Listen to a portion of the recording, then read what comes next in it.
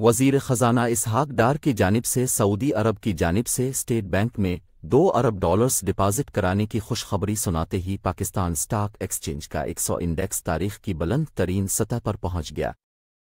Pakistan stock exchange का 100 index 658 points के इजाफे से 45,243 पर आ गया है।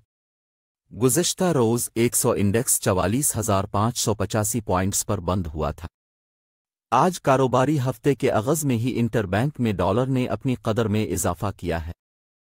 अमरीकी डॉलर आज इंटरबैंक में कारोबार के आगाज़ में महंगा हुआ था, जो बाद में सस्ता होने लगा है।